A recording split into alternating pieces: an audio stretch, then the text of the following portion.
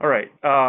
So as we dive in here, this is important. Just want to let everybody know that we will be recording today's webinar, so feel free to fully participate. Don't worry about taking notes. And without further ado, I will turn it back to Alyssa, President of Prosper Strategies, to get us started and introduce our guests. I see what's happening on the chat. Sorry again for the technical issue, but it looks like you all have found the questions box, not the chat box, probably due to a GoToWebinar setting that's different than Zoom. So thank you. You're all probably wondering why we couldn't find you chatting, but great to see the attendee names coming in, and thank you again for finding us despite the issues we have. Just to name off a couple of names here: Hannah from Explore Washington Park in Portland. We have Cecily from, where are you from, Cecily? She didn't say her location. We have someone from Catherine from Seattle, Goodwill. Who else? Heartland Head Start in Bloomington, Illinois on the line. Forum 1 in Boston. We have Chelsea from the Elks National Foundation. A whole lot of great attendees. Martha in Chicago with the Robert R. McCormick Foundation. Hi, Martha. Martha's a client of ours. Good to see a client on the line. Found us despite the technical issue. Thank you everyone for chatting in. And yes, let's use the questions box since we had to make this last minute switch over to GoToWebinar. Thank you again for bearing with us. The room's starting to fill up. Have 165 people in the room now. So we're going to take a deep breath and make do with GoToWebinar and go ahead and get started here. So thank you, Kristine, for that nice introduction. Really appreciate the kind words about our manifesto. And I hope you can all see my screen. Please chat in the questions box if you can't. But if you haven't read the manifesto, you'll find a link to it here. And the 10 commitments in the manifesto, which we published last fall, is really the basis. The commitments are the basis for the series of webinars that really kicks off today. We did an introduction to the 10 commitments last month, but this month is our dive into the first of those 10 commitments. So excited to share them with you. If you haven't downloaded it, encourage you to go ahead and do that. You'll also find the manifesto, not as a download, but as a page on our website, so that if you prefer to read it and share it that way, that's available to you. So we're so excited to be partnered with Independent Sector for this webinar series for the entire year ahead. As Kristine mentioned, I'm the co-founder and president at Prosper Strategies, the leading marketing and communications consultancy for the nonprofit sector. And we're based in Chicago. Our firm, as many of you know, provides brand strategy and marketing planning services for social sector organizations. And because we only work with nonprofits, we see really a lot of similar challenges when it comes to marketing, from limited budgets to a lack of understanding of the role that marketing should be playing in the sector, to a failure to measure marketing's impact on mission outcomes. And last year, like I said, we published this in fall, but early last year, we really began to think about how we could offer some real actionable solutions to nonprofit-specific marketing challenges, things that we found nonprofits were facing across the country. And we wanted to reach beyond our client base and have a bigger impact on the sector as a whole. So our manifesto was the first answer about how we could do that. And we really believe the nonprofit sector needs a marketing revolution, and that this is sort of the rallying cry for that marketing revolution. We think that the nonprofit sector needs this not just because, nonprofits are behind the curve, as some people might like to say. We don't actually think that's true. We think nonprofits are really forward thinking and really care about driving their missions forward, but we have seen in so much of our work that the system's set up against nonprofit marketing. Funders and supporters and others who might make it possible for you to pursue marketing in a bigger and deeper way are kind of aligned against marketing. They like to talk about it, view it as overhead, as they like to do so many things in the nonprofit sector. And as a result, marketing doesn't get pursued at the level it should.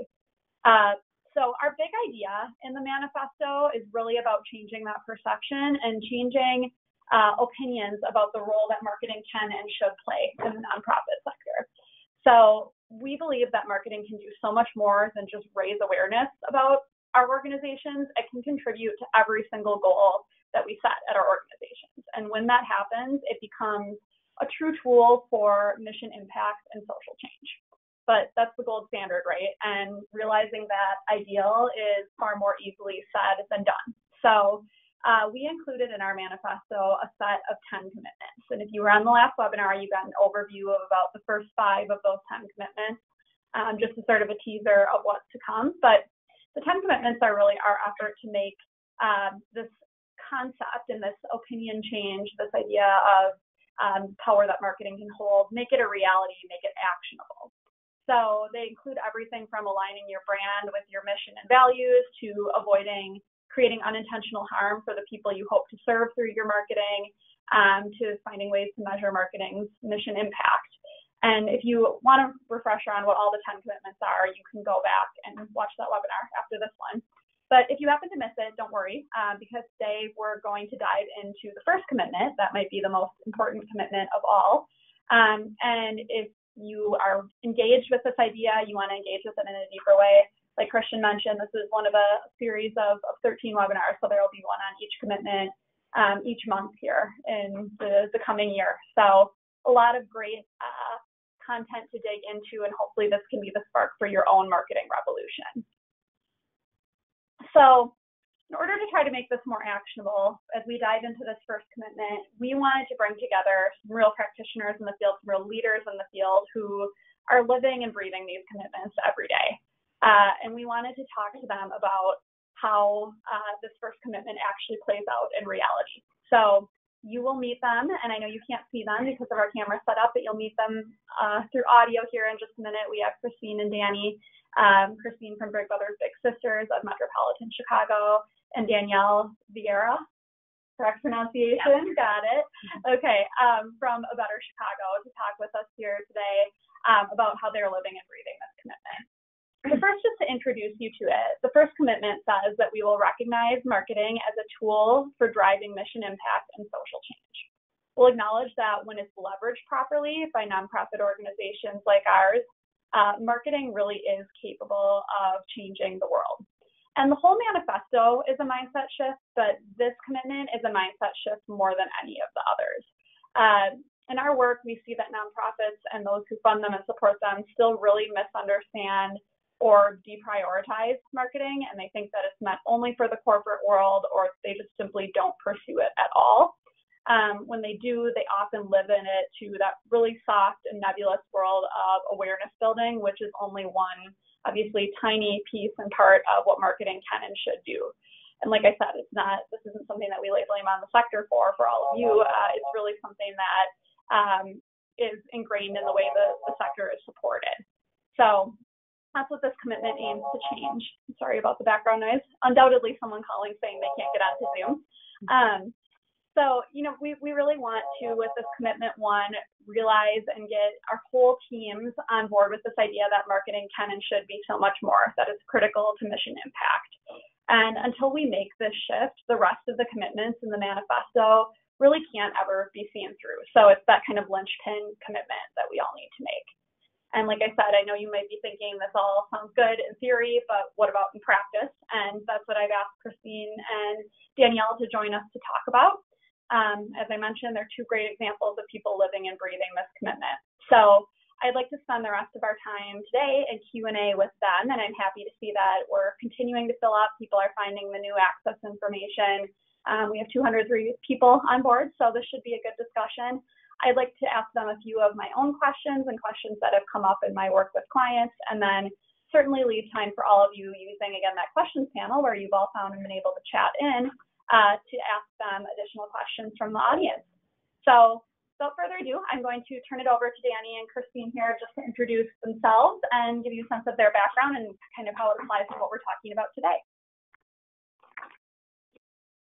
Hi, I'm Kristine Brown. I am the Marketing Communications Director at Big Brothers Big Sisters here in Metropolitan Chicago. So our agency is actually an affiliate of the larger organization, the national organization.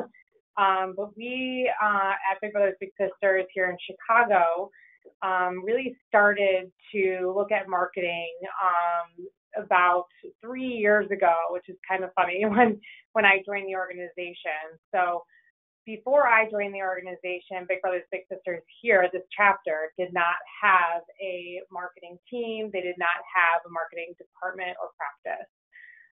My background is on the agency side. So I worked for larger CPGs, on the account side for Kraft and other CPG companies. And then I decided that I wanted to do something that was more mission-centric, more purpose-driven. So I went back to school. I got my master's at Northwestern in marketing, and then really thought that there could be an opportunity in the nonprofit sector to bring some of those skills over. So we have really, started to dig into marketing here in the local chapter and then on a national scale as well. So I'll be talking about that more later. And I'm Veira. You can call me Danny. Danielle feels very good. And I am the Director of Communications and Engagement at A Better Chicago, which is a venture philanthropy org here in Chicago. We invest in education, nonprofits, and basically any bold ideas that can really change educational outcomes for kids here in the city, ranging from early childhood to college access and completion. So it's really an exciting time for me to kind of bring my talents to Chicago and be able to work with a really amazing and incredible team that's focused on mission-driven work. My background is actually in DC, so very familiar with the independent sector. I started my career on Capitol Hill working for a senator and transitioned into nonprofit communications pretty early in the game, right around after the 2008 election happened. And I've been doing global nonprofit work through agency or in-house work for the better part of a decade, working with nonprofits that are either based in the United States or abroad, along with some kind of like social change coalitions that are started by corporations. And my most recent position was at the American Diabetes Association, where I was the head of the advocacy, communications, and public relations side of things. Thank you. Great intros, both of you. And like I said, they are both very inspiring examples to me of people who are in the field and really living and breathing this commitment. So I can't wait to dig in a bit more to a few of the questions we have for them today, and I hope you'll ask some questions too. Should mention, and I think Kristine may have said this, but feel free to chat in questions as we go along here, and we will try to come back and answer as many of them as we can. Ones that we can't, we'll try to follow up in our post-webinar blog post to make sure your questions get answered. So let's dive in and begin with our first question here. So this question I'd love to hear from both of you because you come from very different perspectives and backgrounds. I'd really just love to hear what commitment one means to you and how you approach your work, Kristine at Big Brothers Big Sisters and Danny at A Better Chicago, how it impacts the way that you work, the way you function within your organization, and the way that you approach marketing externally as well. So for me personally and our entire team at Big Brothers Big Sisters, it really was a shift in mindset. So not only was it making it a priority, making sure that marketing was a part of our strategic planning, but that it also meant that us as an entire agency were more customer centric. So coming from the corporate world, as you'd say, we looked at each customer journey when we were looking at different things, and we looked at the different touch points and how we communicate to them. And that just wasn't really happening in our practice at all. So, one thing that we really noticed at Big Brothers Big Sisters is that, we create mentoring matches. So we pair bigs with littles. And what we found is that once that they were paired, they had this amazing relationship that continued for years and years, but they were losing connection to our agency and to our brand. That meant less to them than the relationship. So what we had to do is focus on those touch points throughout and make sure that that customer experience was something that we marketed from the minute that they're matched to the time that they become alumni and their match closes and they become, potential donors, things like that. I would say for A Better Chicago, it's interesting because we're not a direct service organization. So a lot of our storytelling and marketing kind of has to come in the line of sharing the work that our grantees are doing and how we've been able to help them scale and grow and change the lives of so many more students across our city. but also to kind of incorporate a larger global change when it comes to how donors think about charity and how people think about giving in a strategic and impactful way. And so I was really lucky. I mean, I don't think in my intro I mentioned this, but I basically left DC, moved to Chicago just for this opportunity, and came here last August. So I've been in this role for not yet a year, but I was coming into a situation where my boss, our Chief External Relations Officer, was very clear on the role that she wanted communications and marketing to play, but really wanted to bring in somebody that could grow that space in a way that brought out our storytelling, brought out our brand awareness, kind of refreshed the way that we talk about ourselves, and aligned us as thought leaders, but also as, you know, true partners when it comes to how we talk about our grantees and the investments that we're making and the end goal, which is to end poverty in Chicago.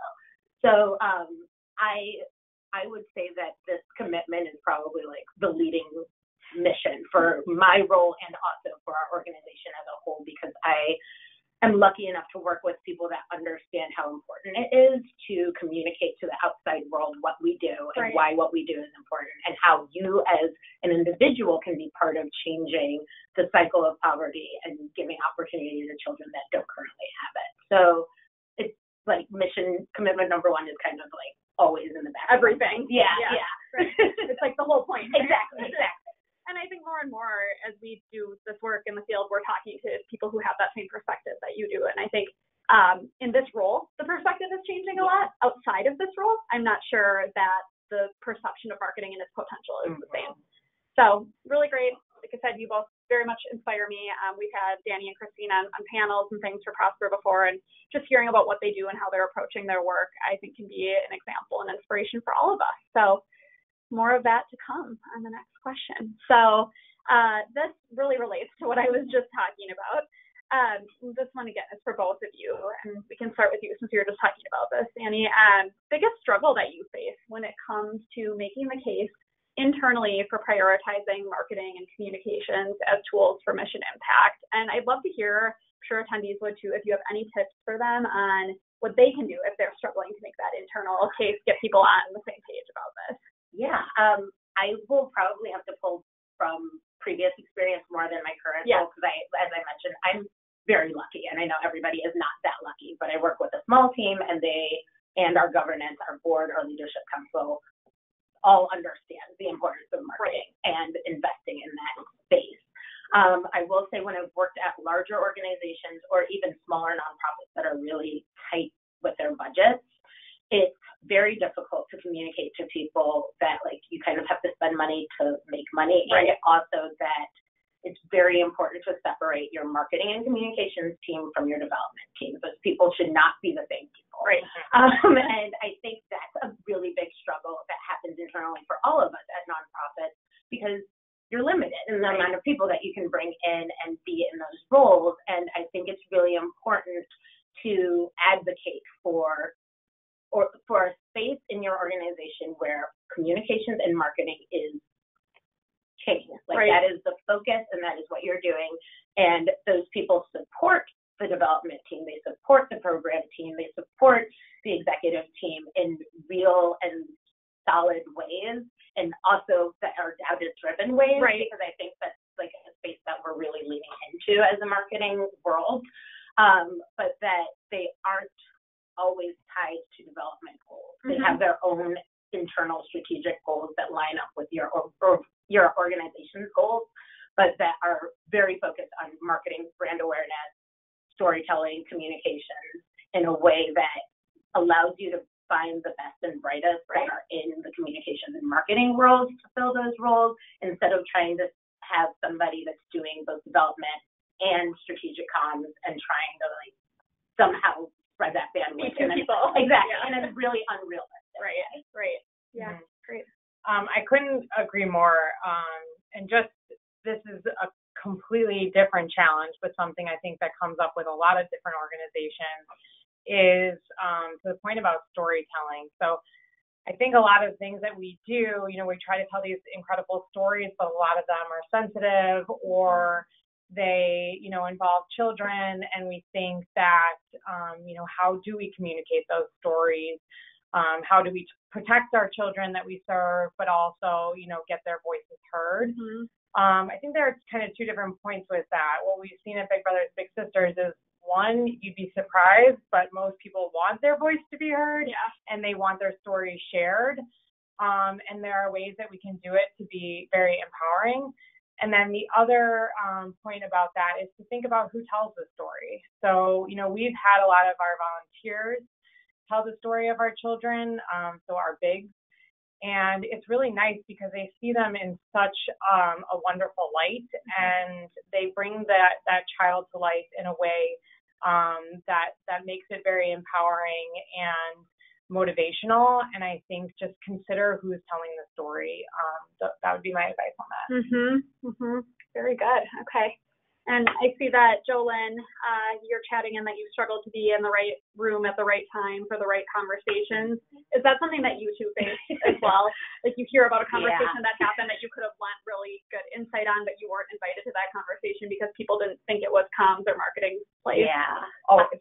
Always. Yeah. And I mean, like, that's overarching advocate to be in the room, right? Like, be in the room where it happens. But I do think that trying to find opportunities to, depending how large or small your organization is, but finding opportunities to speak to the heads of different departments and make sure that you have continuous touch bases with them that allow you to understand exactly what's going on in a holistic way. Because I've found in both large and small organizations, at ADA, we had something that was created that was called the synchronization calendar, where we would make sure that, like, everyone at different heads of different departments was on, like, had an overarching view of what meetings were going on with strategic partners and sponsors, like what advocacy days were happening, etc. At A Better Chicago, we're smaller, so I'm able to kind of walk over to someone and say, hey, can we have monthly touch bases or quarterly touch bases, and make sure that I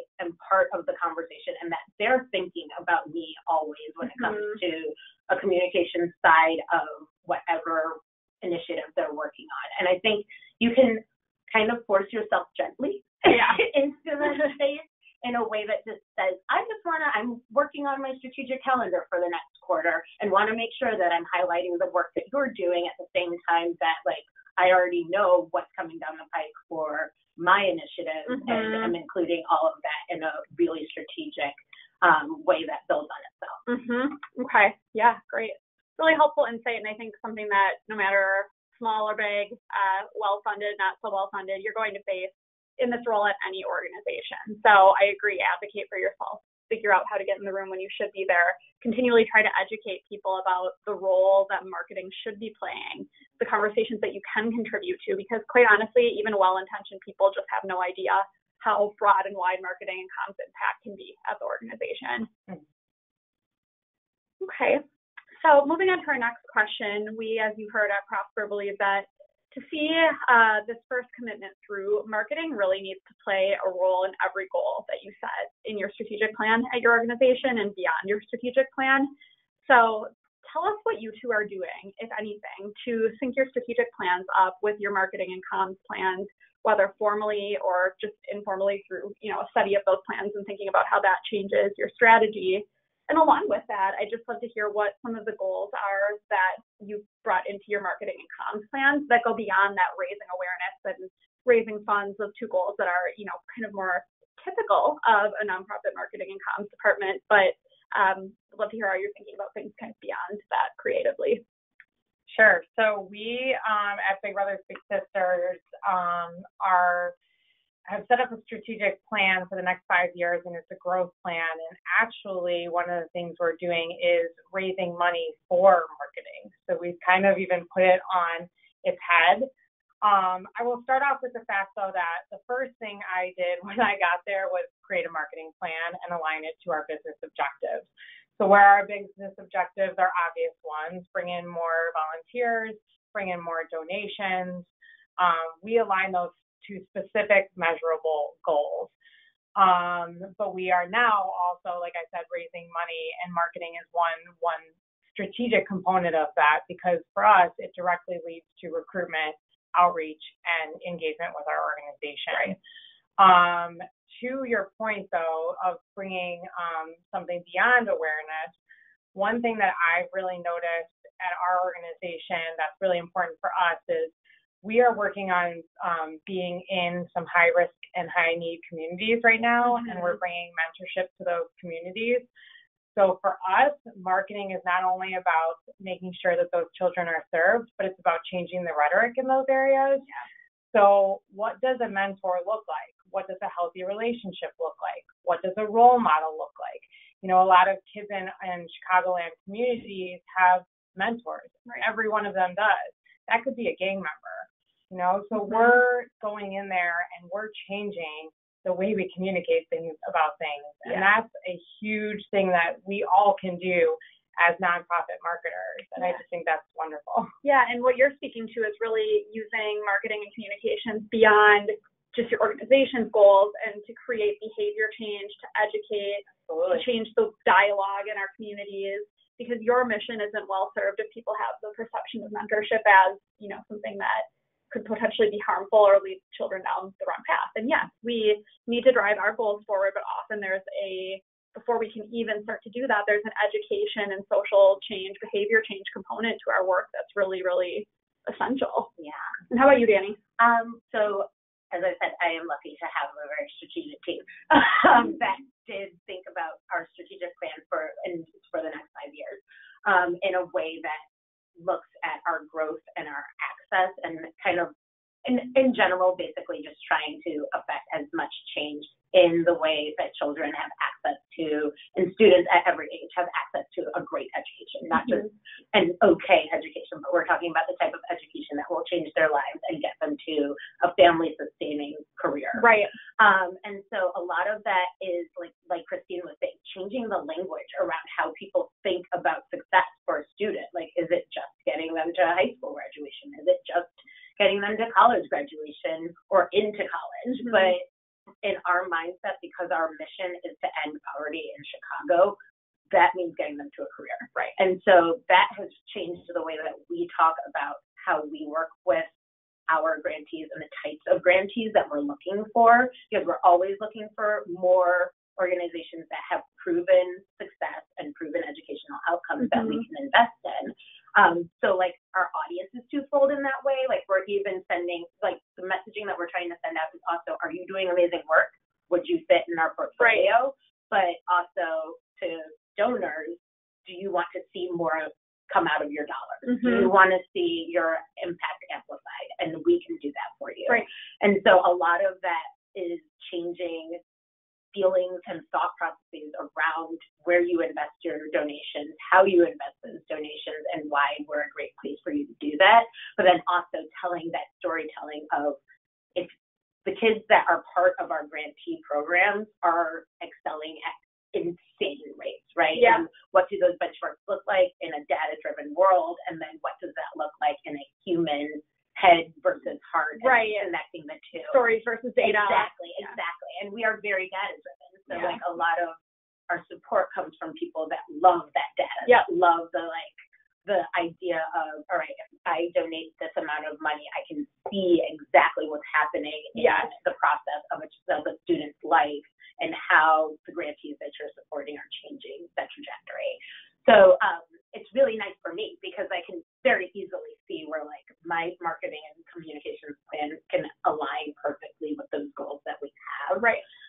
But it's also really fun to get creative about what that can look like. Are we talking partnerships and, you know, corporate sponsors and corporate partnerships in ways that align our brand with Chicago and like its citizens and maybe expats that don't live in Chicago anymore but still care about the city, which is a large portion of our community. So it's just, it really lines up very nicely with our strategic plan, and I'm lucky that our strategic plan is so clearly aligned with what we want to do on a communication level. Yeah. You're lucky, but you're also thinking about it in a way that not everyone does. So and they're lucky to have at the same turn. And I hope that this is sparking ideas for some of you on the line here, just about things that maybe are outside of the traditional realm of what you would expect or think about marketing being able to do, and allow you to get a little bit more creative. I think they both have great examples just of different approaches that might not be the first thing that comes to mind when you think about marketing, but even if you're not doing some of the sorts of things that Kristine and Danny are talking about, to be able to use their examples and to be able to say, here's what some other organizations have been able to do by applying comms and marketing in different and creative ways. I think you can start to open people's minds a little bit. And I would just add that I know for A Better Chicago, our values are really important to us, our internal values, and how we communicate those to an external world. And that aligns with how we hire, with how we talk about, what the work we do looks like every day to us as people working in that space. And so I would encourage everyone to think about how you communicate what it looks like to be on your team and why the people that are in the room at your organization are so great and so valuable. And that's a different kind of marketing that's very internal, but also can become an external lever for you to use. Right, absolutely. And I think at most of our organizations, our people really are our greatest asset, right? And our impact is only possible because of the people on our team. So being able to communicate how they're the living, breathing embodiment of your values and your mission and how they're driving it forward, it can be a huge differentiator for an organization that does it well, both externally and internally as you work on talent acquisition as well. So next month's webinar is on the topic of aligning your brand with your mission and values, and we'll talk a lot about that topic on next month's webinar as well. So moving on to our next question here. This one is for you, Kristine, specifically, because you worked in an agency environment, as you mentioned, when you gave your introduction, and most of your clients were or a lot of your clients were in the corporate sector. So I'd love to hear now with, your new-ish role at Big Brothers Big Sisters, how you think the perception of the power and importance of marketing is different, right? It's obviously very different, but what would you highlight as the differences between the corporate world and the nonprofit world? Sure. So there's the obvious one that we've talked about a lot today, which is, having marketing on the budget. So that's a definite one. But something that is maybe not so obvious and something that we see a lot in the agency world and the corporate world is we really focus on brands. So we focus on, what people think of brands, how we feel when we interact with those brands. And it's all about, creating that feeling and just a lot of importance around the actual brand itself. We miss that in the nonprofit world. We at Big Brothers Big Sisters were so focused on what we do, and we looked at changing a lot of our regulations to strategically grow. So what do we need to do? And the fact of the matter is, if we stuck to our mission, because our mission has been around for over 100 years, that doesn't need to change. We don't need to change what we do. We need to change how people see us. So that is something that we in the nonprofit world really just need to look at and think about. Agreed. And we'll get to your recent rebrand, the national organization's recent rebrand, which obviously you played a role in at local level here. Talk about that more in a minute, because I think that's a really good example of prioritization of brand and changes that needed to be made without changing your mission. Okay. Very good. And if any of you are not aware, Big Brothers Big Sisters did go through a recent rebrand. When was that? October of this year. This year. So while we're on, if you want to look up the new brand, we'll be talking about that more in a minute. But I think it's definitely interesting to see the comparison between old and new as we prepare for that question down the road. All right. And then Danny, over to you, because you've been through a bunch of different roles in the nonprofit sector, worn many different hats, I'm sure, as I like to say.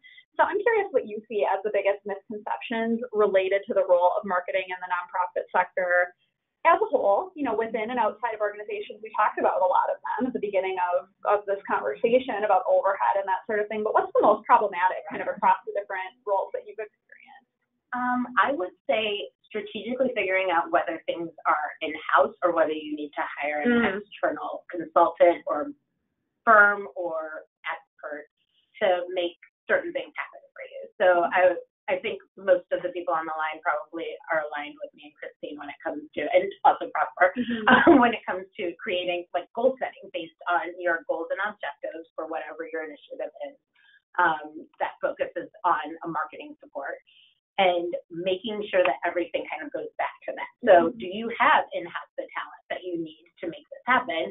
Do you need to change your goals and objectives to make sure that you have the people on your team that can make those happen? And I do think that budget aligns a lot with that in of course, almost negative way, though, because you can do a lot with the people that you have. So maybe start with what you already have internally and see where you can amplify that by bringing on external support. And I know when I was at a boutique firm and working for nonprofit clients, and you've probably experienced this too, Alyssa, it was kind of, okay, do all of it for me. Yeah.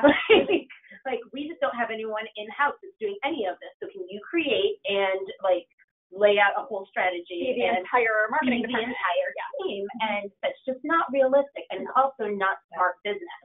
And no corporation would ever do that, right? Like you have to think of your nonprofit as a business in very real ways, and that means creating a team that can address all the needs that you have in-house and be bolstered by the external support that you bring in, not reliant on the external support that you bring in, because it makes it really hard for, as consultants, for us to be successful, and also for you as your organization to be successful in a way that can be sustainable, and continue, right? No, totally. So I think that's probably what I ran into the most, and it happened at American Diabetes Association, which was like 500 people strong, and also at smaller nonprofits that had like a team of 10. Right. So I think being realistic is a difficult misconception for nonprofits to get over. It's like, what can you do? Can you do something great with a smaller, initiative and make the impact that you're looking for, or does it have to be a year-long strategy?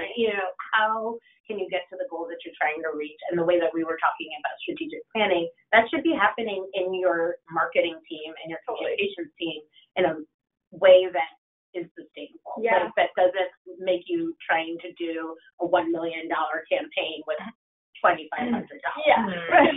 And no time. Exactly. And no time and no data that is driving like the realistic outcomes that you're trying to get. So I would say that's the biggest thing that I see. Yeah, I could not agree more. And going back to what Danny said about, the choice about what you should do internally and what you should do externally, I think it might be counterintuitive to say that my agency, and I think most agency partners, prefer if you have a more robust marketing and communications function internally. Sounds like, okay, well, doesn't that leave less work on the table for us? And maybe, but it leaves for us the areas where we can be most effective to come in and help you build capacity, fill in gaps. We have done it all. We've worked with organizations that wanted Prosper to be their entire outsourced marketing department and function. We've worked with organizations that had robust marketing and comms teams, ones that had, one-person teams, and everything in between. And our best relationships are really those that have robust marketing and comms teams and have someone guiding the ship internally on the strategies. We are a very strategic firm. We can absolutely help there, but all these challenges we're talking about, with internal misconceptions about what marketing can and should do, are that much harder if you have no internal marketing function. And you really need that person who's embedded in the organization, who's navigating the relationships with other departments and functions to advocate for the role of marketing. And then for sure, an agency can come in and be really, really helpful. And just to kind of bounce off of the second part you said is, let's be realistic about what we can and should do. Also completely agree with that. And I think so often what we see is organizations that are really passionate. They have a lot of great idea people who have a lot of kind of fire behind their ideas, and they want to make them happen, and they go after them full force, but they're often not choosing or prioritizing the most impactful ideas on the mission and on the goals, and they're not, even if the idea is going to be impactful, they don't have a way to measure it, and they're therefore trying to do a whole bunch at once, and none of it is necessarily that effective on the mission. So both things that I would challenge you all to kind of be advocates for changing within your organizations and thinking about a little bit differently. Sort of like Danny said, what 2-3 kind of strategic pieces can you focus on advancing first and foremost, really make an impact that's measurable across a couple of very specific areas, and then grow from there rather than trying to do a whole bunch halfway. Thank you. Passionate about that topic for sure. Yeah, I figured. Yeah. We would be on the same page. Yes. Yeah. Okay. Well, let's move on here. So as I mentioned, promise, because I know a lot of you are probably here to hear more about this, I wanted to get to this topic of Big Brothers Big Sisters recent rebrand. And I'd love to hear, I guess, just what you can share, Kristine, and kind of pull back the curtain on that process, what the motivation was for it, what you know about what it looks like on a national level, and then what it was like for you here on the local level. But I'm also interested in just hearing how this choice to rebrand was or was not a reflection of the organization's kind of prioritization of brand and marketing and changes in the perception of those things at Big Brothers Big Sisters. So the beauty of this rebrand, I would say that, a lot of times rebrands can be very painful for a lot of people, but this one was beautiful because it was based on a business objective. So the business objective was, I guess it was a business challenge. Nationally, Big Brothers Big Sisters was losing growth numbers. So we were declining in number of children served across the nation. So our organization here in Chicago has continuously grown, and we've had different pockets like that, but that's because we've had to focus on marketing. Right. So the national agency really, paid attention to that, and they put together a research component to everything. So I would say before doing anything, start with data. That is your biggest ally. It will help with leadership and governance. It will help communicate what you need to do, and you can always point back to the return on it. But we did a research study, and really what we saw is that generationally, we were declining in brand recognition and relevance, and we were also gaining brand confusion. So I've seen a couple of you here on the line from Boys and Girls Club. I often say that I'm from Big Brothers Big Sisters, and people say, how is it at Boys and Girls Club? I just told you I don't work for Boys and Girls Club. Anyways, that tells us a lot. It tells us that we need to think about who we are and how we resonate and what people know about us. So we completely rebranded. We have a way more modern look. You can go and look at our old logo. Our old logo looks like a heart. It's purple. It's primary colors. It looks like a young, really little. And we serve kids up to 18 years old, which for people in Chicago is huge because we're dealing with issues of gun violence and things that impact kids at all sorts of ages. So we needed to change the perception of who we serve, but also, become more relevant to millennials and new generations coming up. So we have definitely a more modern feel, younger, and it's great. And look it up if you haven't already. Attendees on the line, I think it's a really great example. And I'm personally, how Kristine and I got connected is I'm a big, and I'm personally so excited to see the organization go through this rebrand because obviously an organization I won't volunteer for, I want to succeed. And I was sensing what your data proved about your old brand, that it was causing some of these issues with the different types of declines you mentioned. And I'll be really interested to see if you're able to report back in a couple of years, right, about how this impacts that. But I'm so thrilled to see the change, and it's just for me a shining example of we don't have the data yet, of course, but the role that I think brand can play in really driving mission. Absolutely. And I think what we're already seeing without even having the data to back it up is that now every agency has a consistent look. Yeah.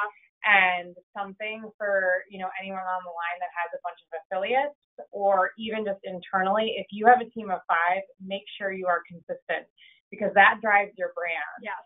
If you are not, saying the same thing and looking the same way, it hurts your brand.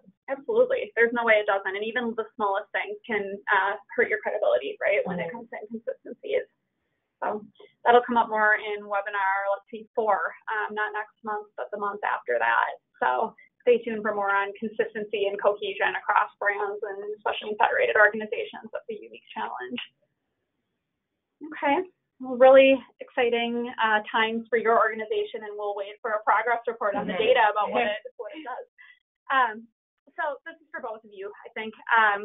in your opinion, I'd love to hear what you feel an organization that really truly prioritizes marketing and communications as tools for mission impact, what that organization looks like. What does the team look like? Danny, you talked a little bit about what the agencies could look like.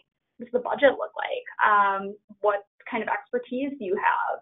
What does other leadership outside of marketing and comms feel look like? That sort of thing. So give us a sense of that. And if it's not, no organization is perfect. So I'm not asking you to say this is what our organization exactly is made up of looks like, but in your ideal world, what would this look like? Ooh, so many wishes. I would say start from top down, to be honest. Yeah. Like start with your governance. Does your board have somebody that has background in marketing and communications?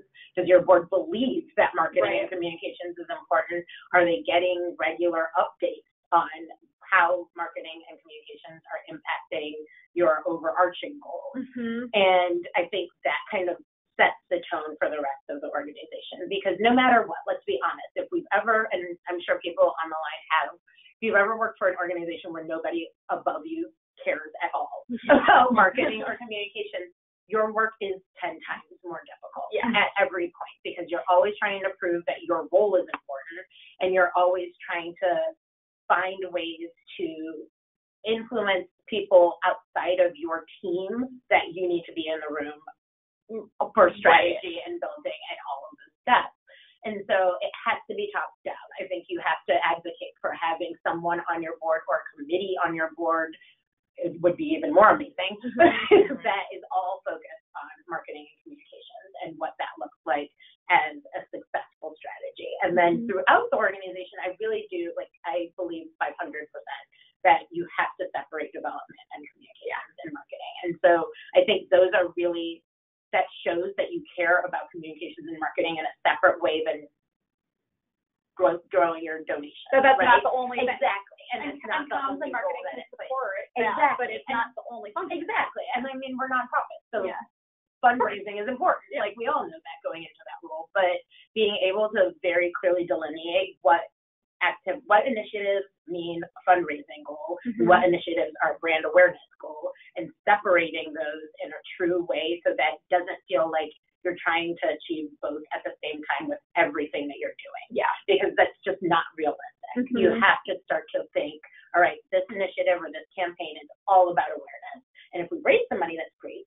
But our primary goal is not both raising money and growing awareness. Right. Yeah. And so I think having an organization and a team that thinks that way is really important. Yeah, that's great.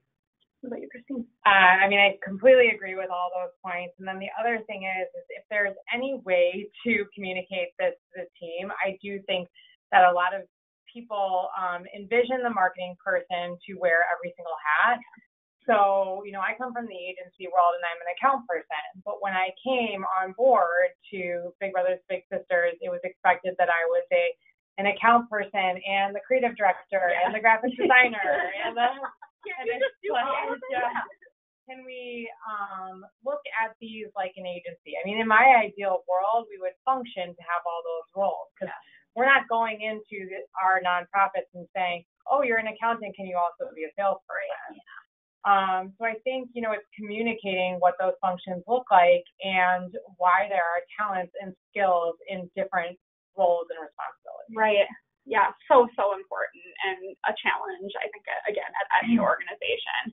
And part of the reason we're here having this conversation, right, is to change the perception. So if you need to make the case, feel free to send around this webinar recording to others on your team and let them know that you're not alone and feeling that you shouldn't wear every single hat on your marketing team and be an agency and the marketing director and the strategist and all of that at the same time. Okay, fun things. So let's just end with a quick thought, a 30-second thought on the biggest piece of advice you have, and then we'll go to audience Q&A, of course. The biggest piece of advice you have for those who really want to commit to starting their own marketing revolution, making marketing a tool for mission advancement and social change in 2019. Yeah, okay. Data. I think we said this probably 5 million times, but I do think coming to the table with data that aligns with what your goals are for the year and being able to say it is most important for me to do these top 3 things with our entire team as a cohesive organization the marketing team will lead these initiatives, but this is something that everybody has to buy into because otherwise you won't be successful. And I mean, it's January. I think most of us are in planning mode for the rest of the year and looking at how we're going to achieve the goals that we might have already set for 2019.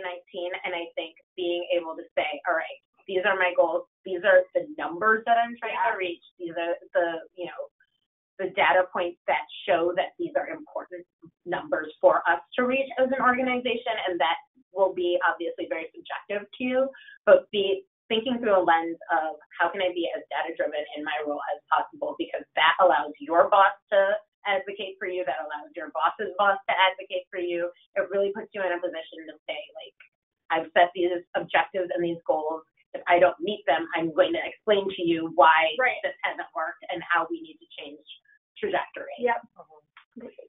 And yeah, I mean, we both agreed that was the biggest thing, is to start with a data point or a business objective and work on it from there. And it can be small. I think I encourage people to do that. I mean, maybe in smaller communities, it can be develop one media relationship per month. Yeah. Something where you could get the word out there, just focus on something which would strategically align to, a particular objective of whether it's awareness or volunteer yield or anything like that. So good. So many great insights here. We could keep talking forever, but I want to make sure we get some time for audience Q&A. So we will go to 3:15 Eastern, 2:15 Central. So we have about 15 minutes for questions, and I am going to scroll back here and take a couple that have come in already in our questions pane. But if you still have a burning question that you haven't typed in yet, now would be the time to do that. We'll get to, like I said, as many as we can, and then we'll circle back in our blog post after the webinar with more informational questions we couldn't get to if possible. So the first one is really relevant to what we were just talking about. Data and measurement should be top of mind for everyone going into this year and always. So this is a heady question, and one that I'm not sure any of us will have the perfect answer to, but we can each give it a try.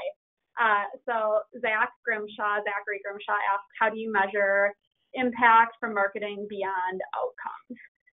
Who wants to take the first crack at that?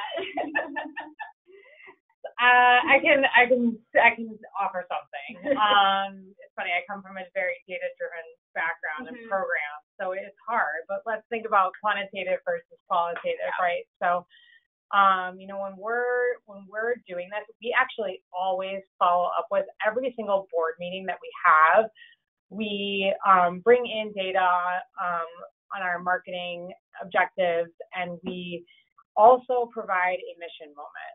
So at each board meeting, we will, show the impact that we've had by either bringing in we call them a match, the big and the little, or we, get a story together, or we do quotes, or we do something that just makes it real. And I think just like really, doing storytelling and making sure you have a constant stream of that content is really important. And I know that's just kind of how we show impact in a different way. Right. I would definitely say storytelling is a space that doesn't really have numbers associated with it that can kind of show exactly the impact that you're having in your community. I come from more of a storytelling to earned media background.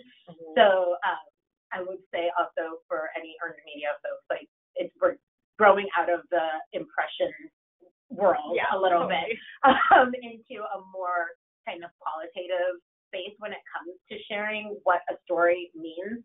So like there was a time when getting your CEO on ABC News was a huge deal. Right. And everybody was seeing that. We no longer really live in that world. And so being able to kind of share that a story in, the Chronicle of Philanthropy is more valuable than a piece in the Washington Post can sometimes be like that kind of storytelling qualitative piece that you need. And I think that trying to find organizations that are comparable to yours and be able to share the thought leadership that you have at your organization versus the thought leadership that they have at theirs can also show where you're falling in the totem pole, right? And be able to tell a story of we've grown over the past year in being now you get more inquiries from specific topic-based outlets that really align with what you're doing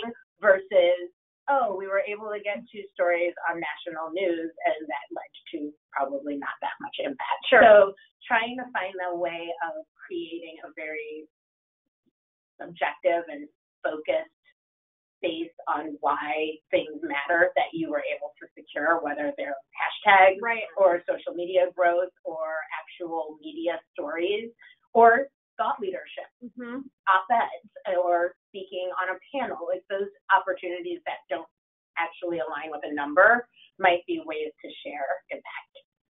Really good thoughts. I'll just add one very brief thought, since we talked a lot about qualitative and storytelling to report back on results. I do think that we all can do more to think about quantitative reporting as well, and I think it's really challenging and really fraught, just as any kind of measurement in the nonprofit sector is challenging and fraught with problems. But what I would encourage everyone to do is just in really simple ways, maybe choosing one thing to focus on, is work backward. So either using your strategic plan or ideally even a step further than that if you have one, using your theory of change, right? Think about what the actual outcomes are that you're looking to drive, what the changes you're looking to drive, and choose 1 or 2 specific outcomes that the organization, not that marketing is looking to drive, but that the organization is looking to drive.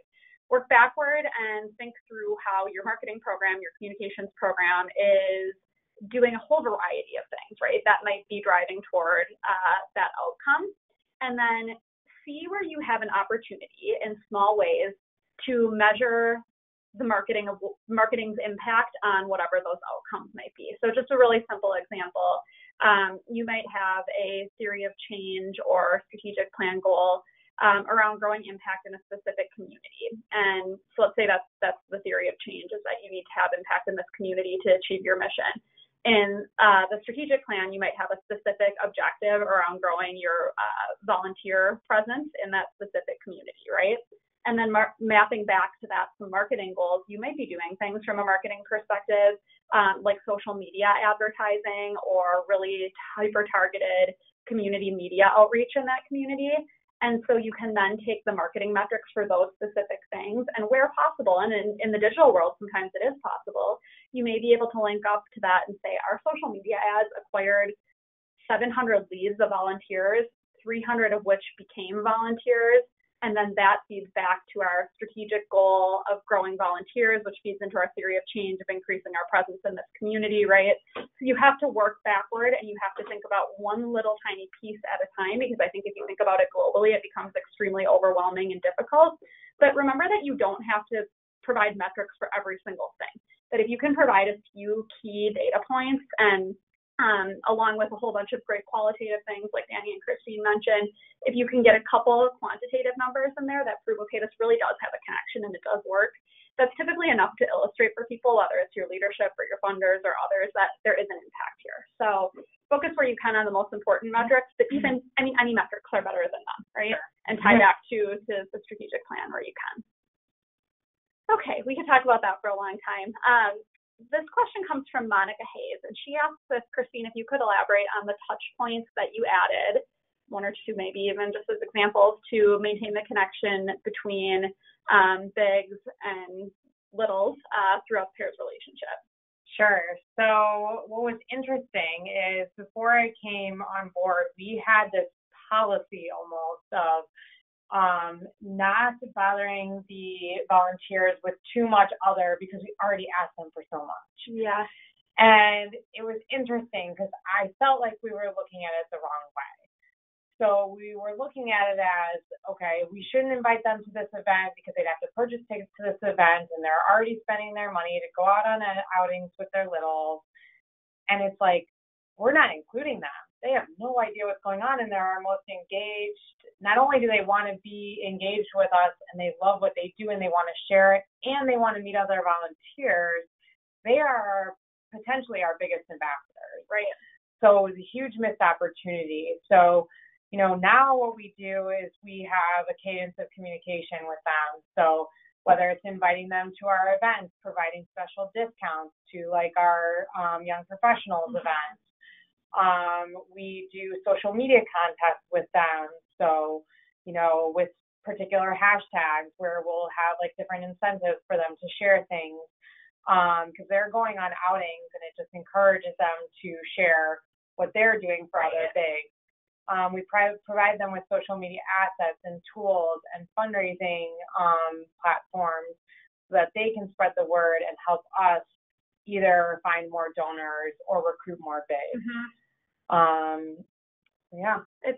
will say on the end user end of this, I've noticed it and it has an impact. I feel more involved and engaged in the organization than I would otherwise by far. I think I still could do a lot more to promote the great work that you're doing and, use my match as an example, but I know I have the tools, right? And that's the big thing is give your spokespeople who really are all of your donors, your volunteers, your staff, your board, give them the tools and create those connections. Okay, we have so many good questions coming in. We'll try to get as many as we can answered within the blog post, but I'm going to take just one more so that we have time to wrap up here. And this is something that I still scratch my head about, so I'd love to hear your take. There's no perfect answer. But Danny, you and I have talked about this, so I'll go to you on this one. How do you distinguish between marketing and communications, or do you?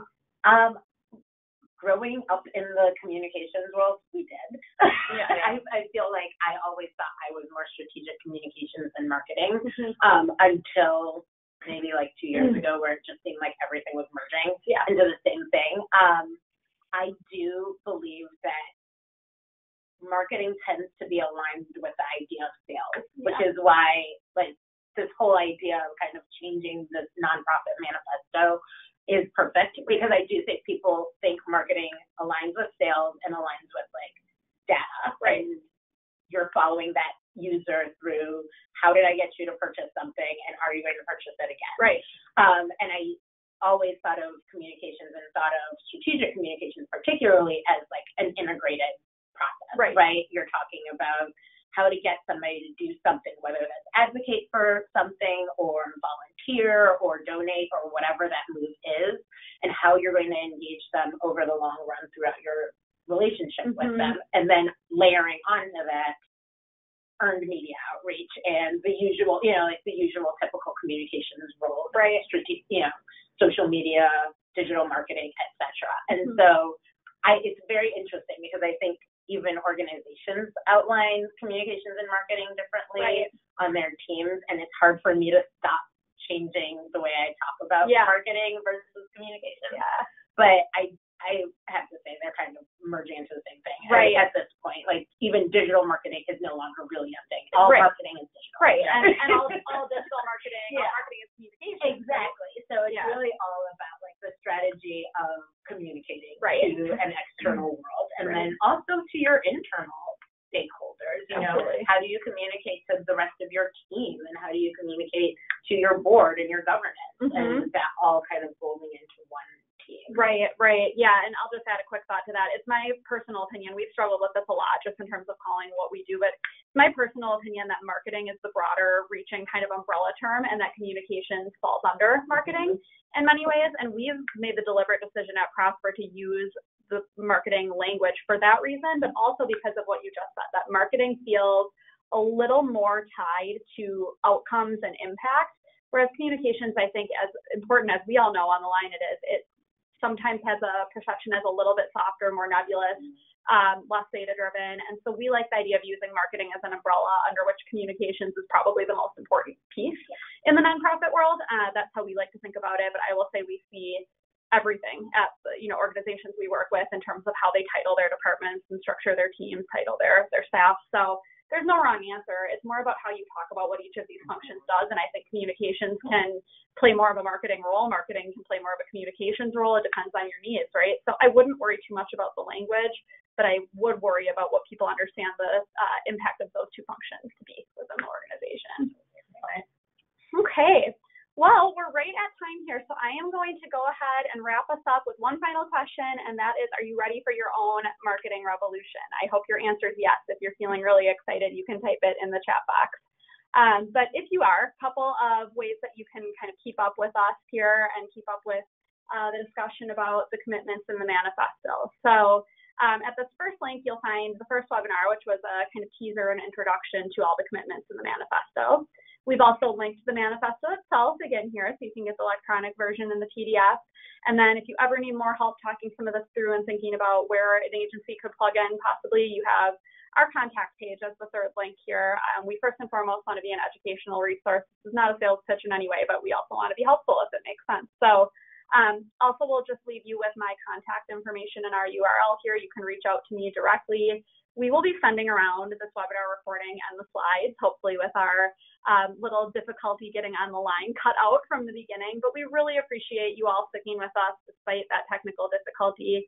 I can promise you that we will be switching over from GoToWebinar, from Zoom to GoToWebinar for the rest of our sessions, because I just bought an entire year of GoToWebinar while we were on the outage on Zoom. So new information to come about our next webinar, but it'll be with Erin Walton, who's the Executive Director of Resilience. We recently supported Resilience through a rebrand. The organization used to go by the name of Rape Victim Advocates, and we helped them through the very challenging process of choosing a new name, launching their new brand, and really doing that in a way that was aligned with their mission. So we'll be talking about the importance of aligning your brand with your mission and values in the nonprofit sector. That's commitment number 2 on next month's webinar. It is February 6th, I believe.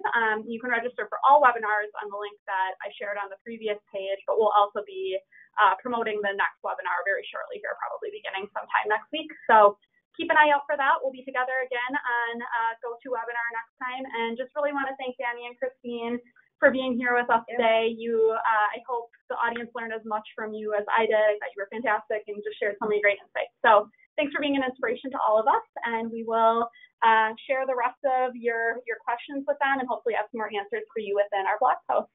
Thanks, everyone.